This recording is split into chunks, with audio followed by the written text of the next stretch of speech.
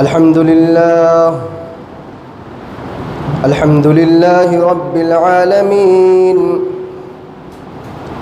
والعاقبة للمتقين والصلاة والسلام على من كان نبيا وآدم بين الماء والطين وعلى آله وأصحابه أجمعين. أما بعد، فأعوذ بالله من الشيطان الرجيم. بسم الله الرحمن الرحيم.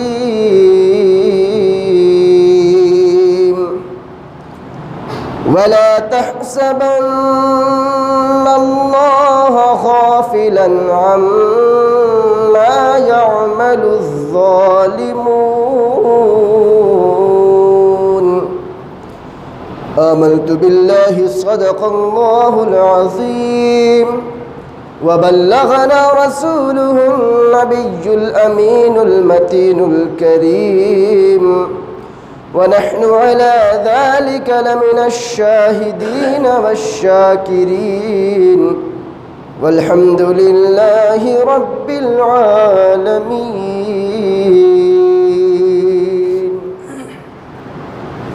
بعد توحید کے متوالوں، شمع رسالت و نبوت کے پروانوں، غوث و خواجہ و رضا کی چاہنے والوں، خطبہ مسنونہ کے بعد میں نے قرآن مقدس کی ایک بہت ہی مشہور معروف آیت کریمہ تلاوت کرنے کا شرف حاصل کیا.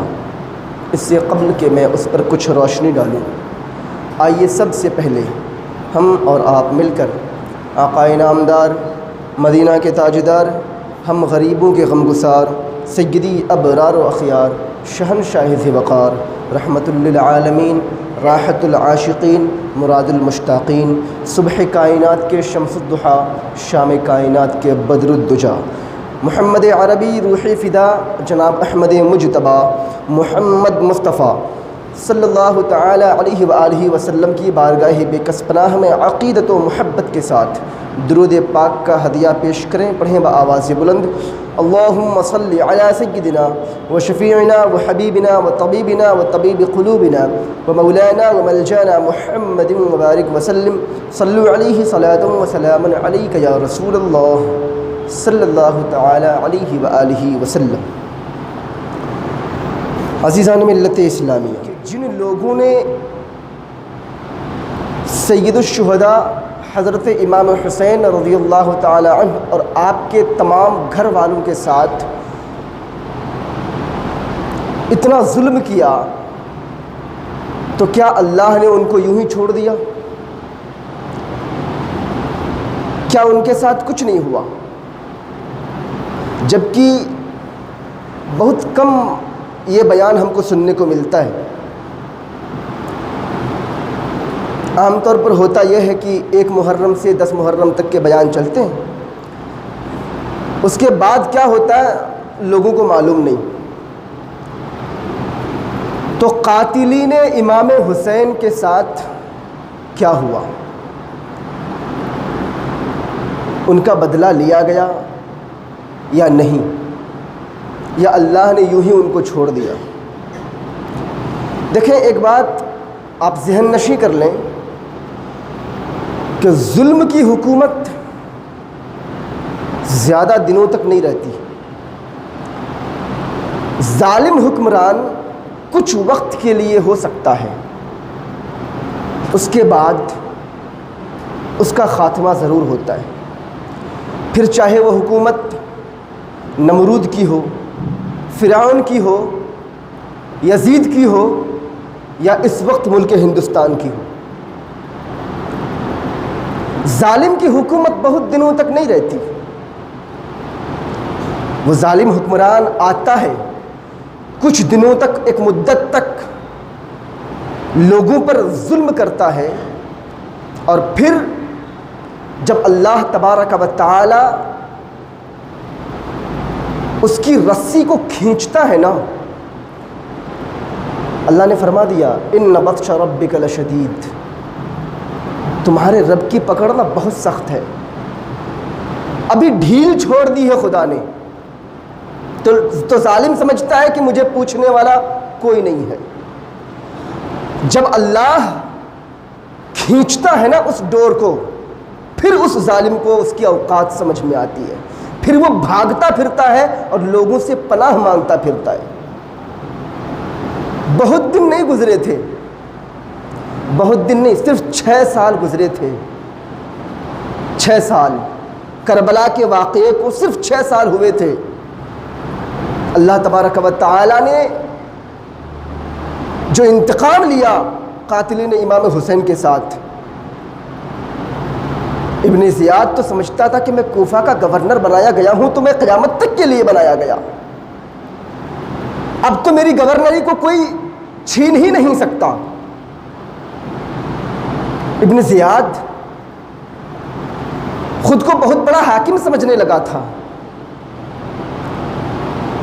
جب امام عالی مقام کا سر اقدس ایک تشت میں لا کر کے اس کے سامنے پیش کیا جاتا ہے نا، تو ابن زیاد امام پاک کے لبوں کو اور دانتوں کو چھری سے مارتا ہے اور کہتا ہے کہ دیکھو اللہ نے تمہارے ساتھ کیا کیا، تمہیں شکست ہوئی، ہماری فتح ہوئی، اور تمہارے ساتھ یہی ہونا تھا معاذ اللہ رب العالمین۔ آج وہی تاریخ، وہی دن، وہی مہینہ، اب جب حاکم بدلا، حکومت بدلی تو تختہ پلٹ گیا۔ اب وہی ظالم لوگ اب در بدر کی ٹھوکریں کھاتے پھر رہے ہیں۔ جب مختار ثقفی بنا حاکم تو اس نے اپنے ایک سپہ سالار کو بھیجا کچھ لشکر کے ساتھ ابن زیاد سے مقابلہ کرنے کے لیے۔ ابن زیاد 30,000 کے لشکر کو لے کر نہر فرات کے کنارے پہنچا۔ 1 محرم سے جنگ شروع ہوئی، پھر رک گئی، 5 کو ہوئی، پھر رک گئی، 7 کو ہوئی، پھر رک گئی، 10ویں محرم کا دن، اور پھر وہی ٹھیک دوپہر کا وقت جس وقت امام حسین کو شہید کیا گیا تھا۔ آج باری ہے عبید اللہ ابن زیاد کی۔ شکست ہوئی ابن زیاد کو اور ابن زیاد کے سر کو کاٹا گیا، کاٹ کر اسی تشت میں رکھا گیا اور پھر اسی دربار میں پیش کیا گیا جس دربار میں کسی وقت امام حسین کے سر کو پیش کیا گیا تھا۔ اس وقت گورنر ابن زیاد تھا اور آج گورنر مختار ثقفی ہے۔ مختار ثقفی کے سامنے جب وہ تشت پیش کیا گیا تو پھر کونے سے ایک محب اہل بیت کھڑا ہوا اور اونچی آواز سے پکار کر کہنے لگا، اے کوفہ والو دیکھ لو، اللہ تبارک و تعالی بہت بڑا عادل ہے، انصاف کرنے والا ہے، اللہ نے انصاف کر دیا۔ ابن زیاد کو اس کے انجام تک پہنچایا اور آج پھر وہی صدا بلند ہوئی اور کہا کہ ابن زیاد جھوٹا تھا، ملعون تھا، حسین سچے، حسین کے بابا سچے اور حسین کے نانا سچے۔ حکومت بدلی تو سارا کھیل بدل گیا۔ ابن زیاد اپنے انجام کو پہنچا۔ ایک بہت بڑا ظالم تھا جو پورے یزیدی لشکر کا کمانڈر تھا، عمر بن سعد، اس کو ابن سعد بھی کہتے ہیں۔ ابن سعد کو لوگوں نے کہا کہ بھاگ جاؤ، کیونکہ مختار ثقفی نے یہ اعلان کر دیا ہے کہ میں قاتلین امام حسین کو چن چن کر ماروں گا، چاہے وہ کوئی بھی ہو۔ تو ابن سعد سے کسی نے کہا کہ بھاگ جا، کیونکہ سب سے بڑا رول تو تیرا ہی ہے، اس میں بڑا کمانڈر بنا پھرتا تھا، وقت ہے بھاگ جا، نہیں تو مختار ثقفی کے تلوار سے کوئی بچا نہیں سکتا۔ تو ابن سعد نے کہا کہ نہیں، مختار مجھے نہیں مار سکتا۔ اس لیے کہ وہ میرا بہت قریبی دوست ہے، وہ میرا یار ہے، وہ مجھے نہیں مار سکتا۔ وہ اس خیال میں تھا۔ ادھر مختار ثقفی نے اعلان کر دیا اپنے دربار میں کہ کل میں اس شخص کو مارنے والا ہوں جس کی موت کی خبر سن کر ہر محب اہل بیت خوش ہو جائے گا، سب خوشی سے جھوم اٹھیں گے۔ تو وہیں ایک شخص بیٹھا ہوا تھا، وہ جا کر کے ابن سعد کو خبر پہنچا دیا کہ دیکھو مختار جو ہے وہ کل تمہیں مارنے والا ہے، تمہیں مارنے کا پلان بنا چکا ہے، وہ وقت ہے بھاگ نکلو یہاں سے۔ لیکن وہ اس غلط فہمی میں تھا کہ مختار جو ہے میرا دوست ہے، اور یہ حکومت سے پہلے مختار ثقفی اور ابن سعد دونوں بہت اچھے دوست تھے، اچھے سے پیش آتے تھے ایک دوسرے کے ساتھ۔ تو ابن سعد نے سوچا کہ وہ میرا دوست ہے، یار ہے، وہ مجھے مارے گا نہیں۔ دوسرے دن مختار ثقفی نے بلاوا بھیجا تو ابن سعد نے اپنے بیٹے کو بھیجا، اس کا بیٹا حفص آیا تو مختار ثقفی نے پوچھا کہ تیرا باپ کہاں ہے؟ میں نے تیرے باپ کو بلایا تھا، اس نے تجھے بھیجا، تیرا باپ کہاں ہے، کیا کرتا ہے؟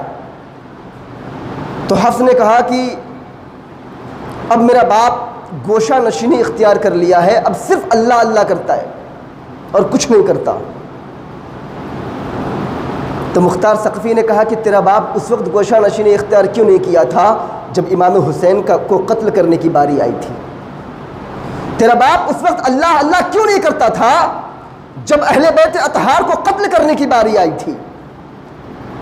کہاں گئی وہ رے کی حکومت جس حکومت کی لالچ میں آ کر تیرے باپ نے امام حسین اور امام حسین کے گھر والوں کے ساتھ اتنا ظلم کیا؟ آج تیرا باپ گوشہ نشین بن گیا ہے، آج تیرا باپ اللہ اللہ کا ورد کرنے والا بن گیا ہے۔ بھیڑیا جب بوڑھا ہو جاتا ہے نا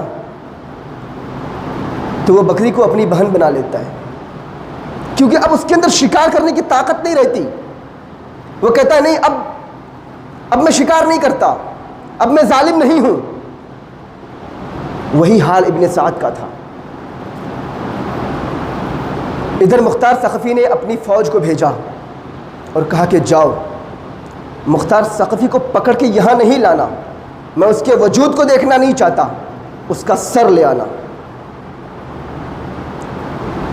سپاہی کے لوگ گئے اور ابن سعد کو پکڑا اور کہا کہ مختار نے تمہیں مارنے کے لیے بھیجا ہے۔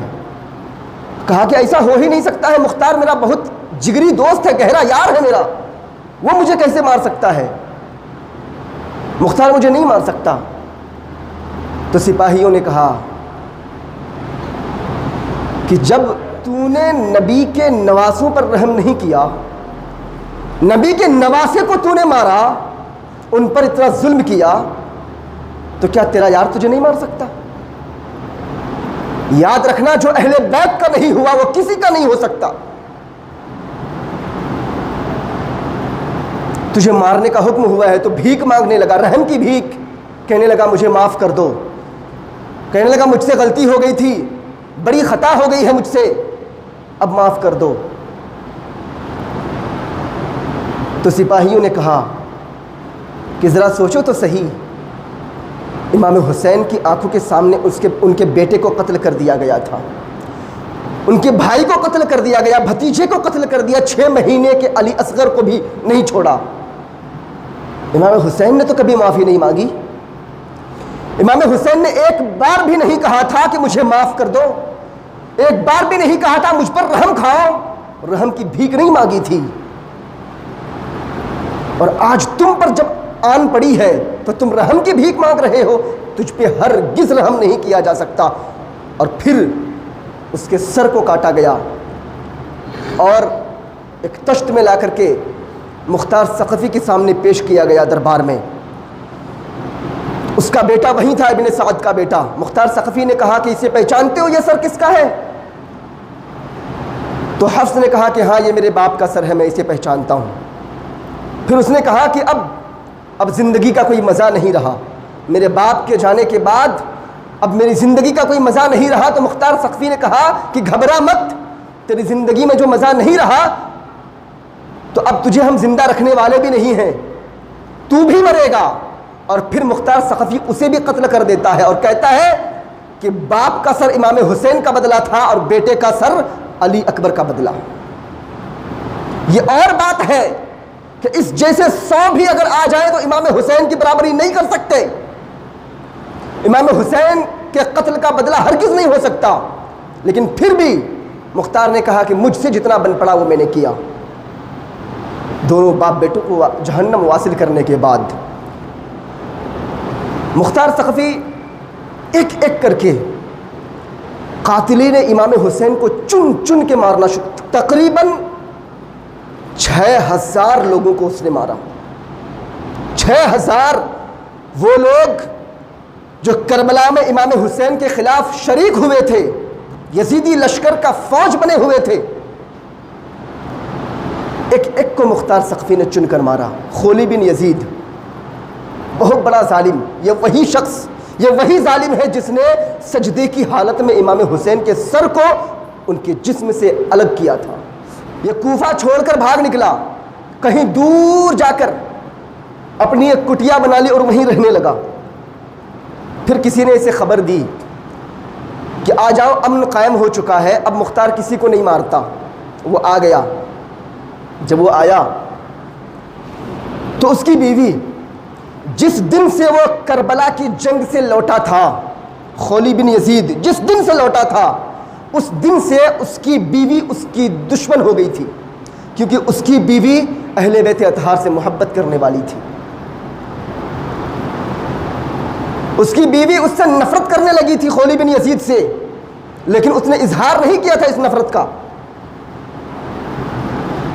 جب وہ گھر پہنچا، اس کی بیوی نے قاصد بھجوایا مختار ثقفی کے پاس کہ خولی جو ہے واپس آ گیا ہے۔ جب مختار ثقفی نے سنا تو سپاہیوں کا ایک دستہ بھیجا، کہا جاؤ خولی بن یزید کو پکڑ کے لاؤ۔ جب اس نے سنا کہ مجھے پکڑنے کے لیے لوگ آ رہے ہیں تو اپنی بیوی سے کہا کہ جب وہ لوگ آ جائیں تو تم کہنا کہ میں گھر پر نہیں ہوں، تم کہہ دینا کہ میں کہیں باہر گیا ہوں، میں گھر پر نہیں۔ اور گھر کے کونے میں جا کر زمین سے چپک کر لیٹ گیا اور اوپر ایک ٹوکرا رکھ دیا، ایک ٹوکرے کے اندر چھپ گیا۔ میں نے کہا نا، ظالم پر جب اللہ کی پکڑ ہوتی ہے نا تو پھر وہ در در بھاگتا پھرتا ہے، پھر اسے سر چھپانے کے لیے بھی جگہ نہیں ملتی۔ ایک ٹوکرے کے نیچے سر چھپا کر کے لیٹ گیا اور بیوی کو کہہ دیا کہ کہہ دینا میں گھر پہ نہیں ہوں۔ بیوی نے کہا ٹھیک ہے۔ جب دروازے پر دستک ہوئی، بیوی نے دروازہ کھولا، کہا کہ کہاں؟ سپاہیوں نے پوچھا کہاں ہے خولی بن یزید؟ تو بیوی نے زبان سے کہا کہ گھر پر نہیں ہے، لیکن ہاتھ کے اشارے سے بتا دیا کہ وہاں چھپا ہوا ہے۔ میں جب یہ واقعہ پڑھتا ہوں نا بڑا اچھا لگتا ہے مجھے، اس عورت کا یہ واقعہ پڑھنے میں بڑا مزہ آتا ہے۔ اس نے شوہر کی بات بھی رکھ لی کہ زبان سے کہہ دیا گھر پر نہیں ہے، اور اشارہ کر کے بتا دیا، اور اہل بیت اطہار کی محبت بھی ظاہر کر دی، اپنی محبت کا ثبوت بھی دے دیا۔ اس نے کہا نہیں نہیں گھر پر نہیں ہے میرا شوہر، اور اشارے سے بتا دیا دیکھو وہ کونے پہ چھپا ہوا ہے۔ اور جب اشارہ کیا، اس جگہ پر جب سپاہی پہنچے اور ٹوکرا اٹھایا تو دیکھا کہ وہ زمین سے چمٹا ہوا ہے۔ اس کو پکڑ کر لے جا رہے تھے مختار ثقفی کے دربار میں۔ مختار ثقفی ٹہلنے کے لیے نکلا تھا، راستے میں ملاقات ہو گئی تو مختار نے کہا کہ اس کا سر نہیں کاٹنا، اس کا سر نہیں کاٹنا، امام حسین کا اس نے سر کاٹا تھا نا، اس کا سر نہیں کاٹنا، اس کو زخم پہنچاؤ۔ تلواروں سے اس کے جسم کو چھلنی کیا گیا۔ امام حسین کے جسم پر تقریباً 82 زخم لگے تھے، اس کے جسم کو تلواروں سے کاٹا گیا اور کہا کہ اس کے سر کو نہیں کاٹنا، اب آگ لگاؤ۔ آگ جلائی گئی اور اس جلتے ہوئے آگ میں اس خولی بن یزید کو ڈال دیا گیا۔ جب تک وہ مکمل جل نہیں گیا مختار ثقفی وہیں کھڑا رہا اور اس کو اس قدر عبرتناک انجام پہنچایا۔ شمر ذی الجوشن، یہ وہی شمر جس نے امام حسین کے گھر والوں پر پانی بند کر دیا تھا، یہ وہی شمر جو کہتا تھا کہ نہر فرات سے چرند پرند جانور سبھی پانی پی سکتے ہیں، لیکن علی اصغر پانی مانگے گا تو ہم نہیں دیں گے، علی اکبر اور قاسم مانگے گا ہم نہیں دیں گے، عباس مانگیں گے ہم نہیں دیں گے، امام حسین کا کوئی بھی ایک فرد اگر پانی مانگے گا ان کے لیے ہمارا پانی نہیں ہے، لیکن ہمارا پانی، یہ نہر فرات کا پانی کوئی بھی پی سکتا ہے، جانور بھی پی سکتے ہیں، لیکن حسین اور حسین کے گھر والے نہیں پی سکتے۔ یہ وہی شمر تھا، یہ وہی شمر جب مختار ثقفی کے سپاہیوں نے دوڑایا تو یہ بھاگتا ہوا حضرت امام زین العابدین کے مکان میں جا پہنچا۔ وہ زین العابدین، یہ وہی زین العابدین جو کربلا کے میدان سے تنے تنہا ایک ہی مرد واپس لوٹے تھے،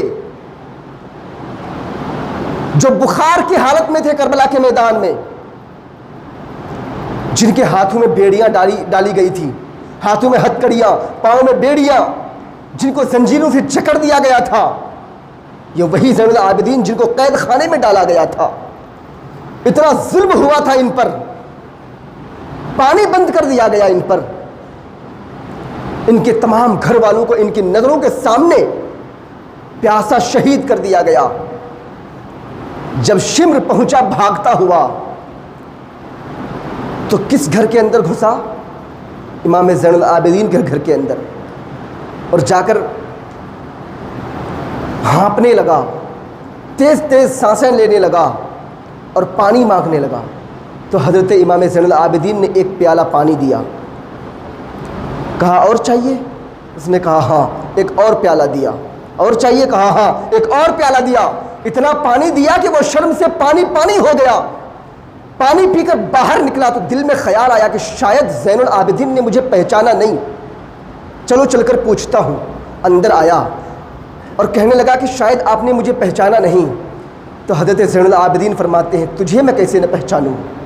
جس زین العابدین کے سامنے ان کے گھر والوں پر پانی بند کر دیا گیا، ایک ایک کو میری نگاہوں کے سامنے قتل کر دیا گیا، میرے بابا کو نہیں چھوڑا گیا، میرے 6 مہینے کے بھائی علی اصغر کو نہیں چھوڑا گیا، تو جیسے لعین شمر کو میں بھلا کیسے بھول سکتا ہوں؟ تو کہا کہ اگر آپ مجھے پہچانتے ہیں تو پھر آپ نے مجھے پانی کیوں پلایا؟ میں نے تو آپ پر پانی بند کر دیا تھا، آپ نے مجھے کیوں پلایا؟ تو زین العابدین کا جواب سنو، فرماتے ہیں کہ پانی بند کرنا وہ تمہاری فطرت تھی، اور پیاسوں کو اور دشمنوں کو پانی پلانا یہ محمد عربی کی سنت ہے، یہ میرے نانا کی سنت ہے، دشمنوں کو بھی پانی پلانا، اور میں اسی محمد عربی کا نواسا ہوں۔ میں اپنی نانا کی سنت پر چلتا ہوں۔ رحم کی بھیک مانگنے لگا اور کہا کہ آپ مجھے بچا لیجئے۔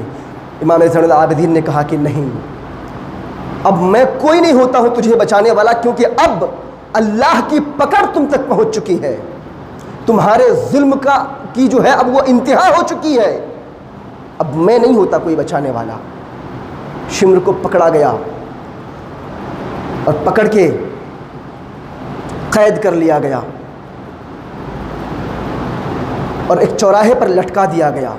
کہا کہ اسے مارنا نہیں، اسے پیاسا رکھو۔ اس نے پانی بند کیا تھا امام حسین اور ان کے گھر والوں پر، اسے پیاسا رکھو، اسے تڑپنے دو۔ 3 دن پیاس کی شدت برداشت کرنے کے بعد زبان باہر آ گئی، العطش العطش پکارنے لگا، پیاس پیاس چلانے لگا۔ پانی نہیں پلایا گیا، اسے اتارا گیا، اور پھر مختار ثقفی نے کچھ کتے پال رکھے تھے، ان کتوں کو اس نے بھوکا رکھا تھا اور کہا کہ جاؤ میرے بھوکے کتوں کو لے کر آؤ، اور پھر ان کتوں کے حوالے شمر لعین کو ڈال دیا گیا۔ وہ شمر جس نے امام حسین پر پانی بند کیا گیا تھا، اسے 2 گز زمین بھی نصیب نہیں ہوئی، کتوں کے پیٹ میں اسے جگہ ملی، کتے نوچ نوچ کر کھاتے رہے اسے، وہ چیختا رہا۔ اس طرح سے مختار ثقفی کے ہاتھوں اللہ تبارک و تعالی نے امام حسین کے قاتلوں کا ایک ایک کا انتقام لیا، ایک ایک کو عبرت ناک انجام تک پہنچایا۔ یہ اور بات ہے کہ آگے چل کر مختار ثقفی جو ہے یہ بھی کوئی اچھا انسان نہیں نکلا، اس کی بھی موت حالت کفر میں ہوئی، لیکن اللہ تبارک و تعالی جب کام لینے پہ آتا ہے تو اپنے دشمن سے بھی دین کا کام لے لیتا ہے۔ اللہ تبارک و تعالی نے مختار ثقفی کے ہاتھوں یہ دین کا کام لیا۔ مختار ثقفی نے یہ بہت اچھا کام کیا، قاتلین امام حسین کو ایک ایک کو چن چن کر مارا، یہاں تک کہ جو مر چکا تھا اس کو اس کی قبر سے نکال کر اسے مردہ جلایا، اس کے جسم کو آگ لگائی، کسی کو آگ کے حوالے کر دیا، اور جو بچ گئے، جو فرار ہو گئے، وہ بھی اللہ کے عذاب سے بچ نہ سکے۔ اللہ تبارک و تعالی نے ایک ایک کو طرح طرح کے عذاب میں مبتلا کر دیا۔ تو اللہ تبارک و تعالی کسی نہ کسی وقت ظلم کا خاتمہ ضرور کرتا ہے۔ یہ ظالم سمجھتے ہیں کہ ہمیں پوچھنے والا کوئی نہیں ہے۔ یزید بھی سوچا تھا کہ یہ میری حکومت بہت دنوں تک چلے گی، کتنے دن تک حکومت کر سکا؟ 3 سال۔ امام حسین کی شہادت کے بعد 3 سال زندہ رہا وہ، اور اس کی بھی ایسی عبرتناک موت ہوئی، شراب کے نشے میں اور ایک لڑکی کی محبت میں تڑپ تڑپ کے مر گیا وہ۔